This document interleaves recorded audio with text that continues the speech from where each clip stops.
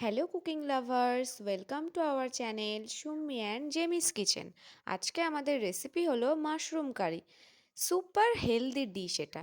এটা থেকে আপনারা পাবেন হাই প্রোটিন, অ্যান্টিঅক্সিডেন্ট আর আয়রন। তো চলুন দেখে নেওয়া যাক রেসিপিটা।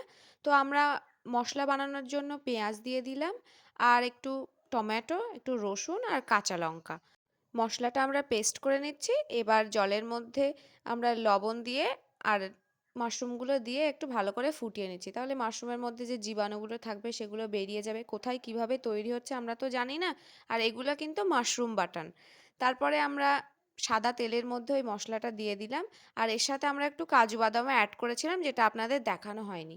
তো তারপরে এই শুকনো লঙ্কা দিয়ে দিলাম, আর একটু হলুদ গুঁড়ো, মরিচ গুঁড়ো দিলাম, আর ভালোভাবে একটু নেড়ে নিচ্ছি। এটা খুবই ভালো একটা জিনিস, তো সবাই এটা খাবেন। এটা খেলে চোখের জ্যোতি বাড়ে।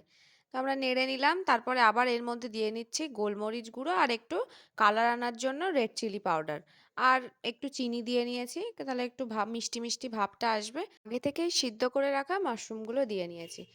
তারপরে ভালো করে নেড়ে নেবেন একটু, তারপরে একটু পানি দিয়ে নেবেন সিদ্ধ হওয়ার।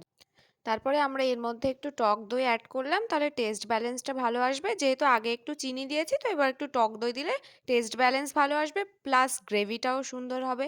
শুধু তো আর মাশরুম খাওয়া যায় না, একটু গ্রেভি হলে ভালো লাগবে। তো রেডি হয়ে গেছে। তো ভালো লেগে থাকলে like, comment, share and subscribe করে দেবেন।